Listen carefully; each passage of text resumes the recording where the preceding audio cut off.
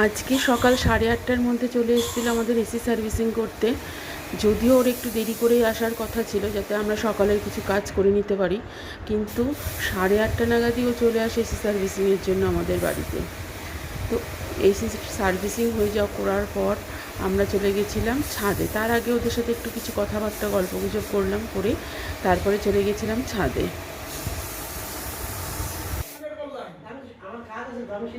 পয়সা না থাকলে ঘুরবে কি দিও।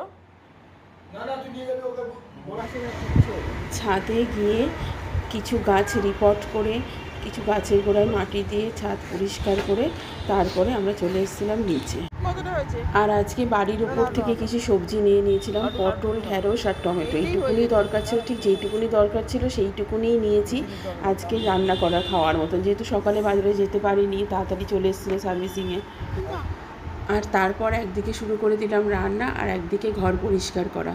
আমাদের বাইরের ঘরের এসিটার পিছনে থার্মোকল দেওয়া, সেই জন্য আমাদের মানে এত চারিদিকে, আর ইঁদুর ওগুলোকে কেটেছে, চারিদিকে থার্মোকল, ধুলো বালি, মানে অনেকটা সময় লেগেছিল সব পরিষ্কার করতে। দুপুরের খাবার, এটা ভাত, এটা হচ্ছে অরহর ডাল, টমেটো দিয়ে করেছি, খুব ভালো হয় খেতে এটা। আচ্ছা, এখানে আছে রায়তা, শসা, টমেটো, গাজর, পেঁয়াজ দিয়ে, একটু পাতলা হয়ে গেছে আজকে। আর এখানে পটল ভাজা আর ঢ্যাঁড়স ভাজা, এই দিয়ে খাবো। এখন প্রায় 3:30 বাজে, এখন আমরা খেতে বসছি। এখন খেতে বসবো, 3:30 বাজে। এর থেকে আর তাড়াতাড়ি করা সম্ভব হয়নি।